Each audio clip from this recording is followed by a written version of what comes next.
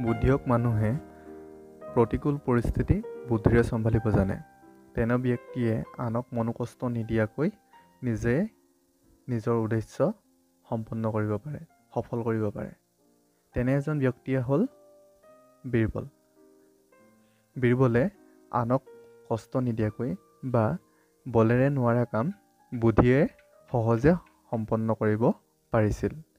এই সাধুটো, যিটো সাধু আমি এতিয়া আলোচনা কৰিম বা তোমালোকে শুনিবা, সেই সাধুটোত বীৰবলৰ তেনে এটা উদাহৰণ তোমালোকে জানিব পাৰিবা। আহচোন আমি সাধুটো শুনি চাওঁ। সাধুটোৰ নাম বুদ্ধিয়ক বীৰবল। তোমালোকৰ 6ষ্ঠ শ্ৰেণীৰ অংকুৰণৰ 2য় পাঠ। তোমালোকে পাৰিলে পাঠটো উলিয়াই লোৱা। সম্ৰাট আকবৰ আছিল দিল্লীৰ বাদশ্বাহ, আৰু আকবৰ ৰাজসভাৰ এজন সভাসদ আছিল, তেওঁৰ নাম বীৰবল। সম্ৰাট আকবৰে বীৰবলক যথেষ্ট ভাল পাইছিল। বীৰবল এজন বৰ বুদ্ধিয়ক আৰু বিচক্ষণ আছিল বাবে সকলো সময়তে আকবৰে বীৰবলৰ সহায় সহযোগ পাইছিল। আকবৰে চিকাৰ কৰি বৰ ভাল পাইছিল। তেওঁ চিকাৰলৈ গ'লে বীৰবলক লগতে লৈ গৈছিল, আৰু চিকাৰ কৰা কাৰ্যটো কিন্তু বীৰবলে মনে মনে ভাল পোৱা নাছিল। কিন্তু তেওঁ পোনপটীয়াকৈ ক'বলৈও ভয় কৰিছিল, কাৰণ জানোচা আকবৰে খঙেই কৰে কথাটোত। তেনেদৰে দিন গৈ আছে। এদিন দুয়ো চিকাৰলৈ গ'ল। দুয়ো মানে আকবৰ আৰু বীৰবল চিকাৰলৈ গৈ আছে। গৈ থাকোঁতে দুয়ো ভাগৰ লাগিল। ভাগৰ পলোৱাবলৈ এজোপা গছৰ তলতে দুয়ো জিৰণি ল'লে। তেনে সময়তে গছজোপাৰ ডালত বহি দুটা ফেঁচাই কুৰুলিয়াই আছে। আকবৰে ফেঁচা দুটাৰ কলবৰ শুনি বীৰবলক ক'লে, বীৰবল, তুমিতো পশু পক্ষীৰ মাত বুজি পোৱা, কোৱাচোন সেই ফেঁচা দুটাই কি কথা পাতি আছে? আকবৰে সুধিলে বীৰবলক যে ফেঁচা দুটাই কি কথা পাতি আছে বীৰবলে ক'ব লাগে। তেতিয়া বীৰবলে কিছু সময় ভাবিলে আৰু মনোযোগেৰে ফেঁচা দুটাৰ কথোপকথন শুনা ভাও জুৰিলে।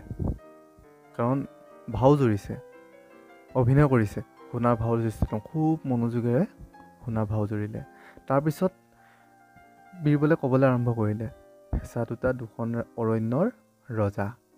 কি বুলি ক'লে? ফেঁচা দুটা দুখন অৰণ্যৰ ৰজা, আৰু সিহঁতৰ সন্তানৰ বিয়াৰ কথা পাতি আছে।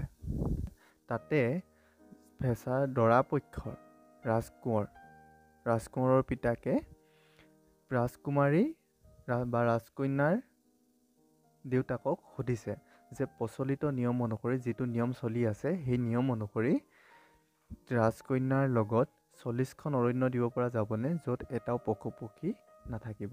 এতিয়া কি কৈছে? এটাও পশু পক্ষী নাইকিয়া এনেধৰণৰ অৰণ্য দিব পৰা যাবনি? ৰাজকন্যাৰ দেউতাকক সুধিছে। কিমানখন দিব লাগে? 40খন অৰণ্য দিব লাগে।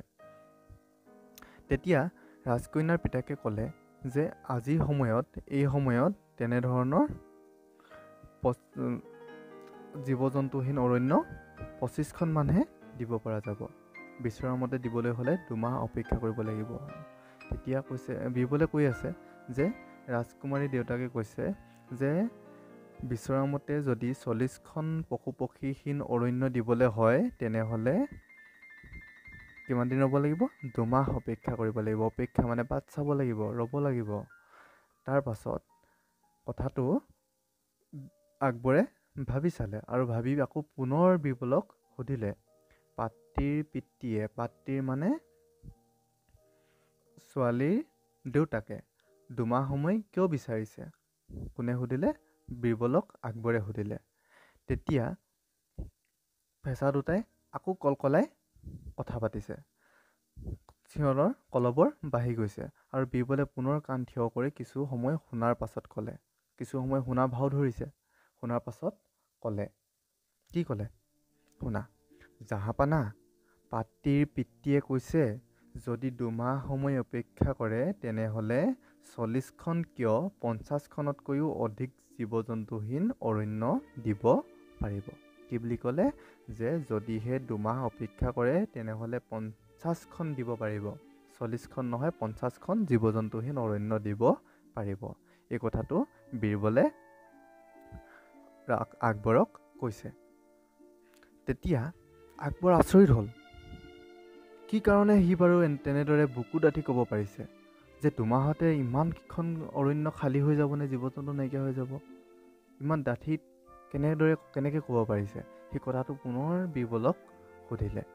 তেতিয়া বীৰবলে আকৌ ক'লে, কাৰণ সি অনুমান কৰিছে যে অহা 2 মাহ যদি এই হাৰত সম্ৰাটে চিকাৰ কৰি থাকে, যিটো হাৰত সম্ৰাট আকবৰে চিকাৰ কৰি আছে, ঠিক তেনেদৰে যদি চিকাৰ কৰিয়ে থাকে তেনেহ'লে 20-30খন হাবি পশু পক্ষী নিঃশেষ হৈ যাব, নাইকিয়া হৈ যাব, শেষ হৈ যাব।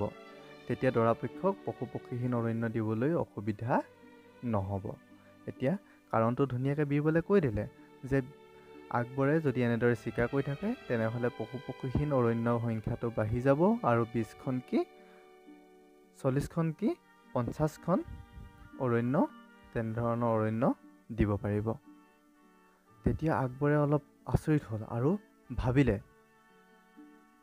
বীৰবলে কোৱা কথাখিনি ভাবিলে আৰু ভাবি কথাখিনিৰ তাৎপৰ্য, কথাখিনিৰ মাজত লুকাই থকা অৰ্থ মৰ্মাৰ্থ বুজি পালে আৰু হাড়ে হিমজুৱে মানে একদম ধুনীয়াকৈ বুজি পালে। তেওঁ গমি পিটি চাই উপলব্ধি কৰিলে, তেওঁ ভাবি বুজি পালে যে অৰণ্যত পশু পক্ষী সঁচাই নাথাকিব, তেওঁ যদিহে এনেদৰে চিকাৰ কৰিয়ে থাকে। সেয়ে বীৰবলক ক'লে, আমাৰ আজি অৰণ্য ভ্ৰমণ বৰ ফলপ্ৰসূ হ'ল আৰু ভৱিষ্যতে চিকাৰ কৰা হেঁপাহো মোৰ নাইকিয়া হ'ল। গতিকে ব'লা ৰাজপ্ৰসাদলৈ উভতি যাওঁ। কি বুলি ক'লে আকবৰে? যে আজি আমাৰ অৰণ্য ভ্ৰমণ বৰ ফলপ্ৰসূ হ'ল। ফলপ্ৰসূ হ'ল মানে কিয় ফলপ্ৰসূ হ'ল? তেওঁ বুজি পালে যে চিকাৰ কৰা কাৰ্যটো যুক্তিসংগত নহয়।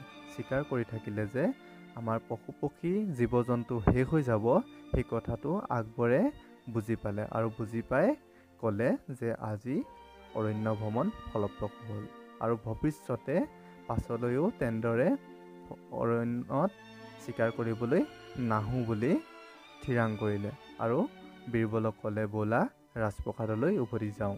দুয়ো ৰাজপ্ৰসাদলৈ উভতি গুচি গ'ল। এইটোৱে আছিল তোমালোকৰ পাঠ্যপুথিত থকা বুদ্ধিয়ক বীৰবল নামৰ সাধুটি। তোমালোকে নিজেও পঢ়িবা আৰু বেলেগকো ক'বা, নিজৰ ভাষাৰে ক'বা।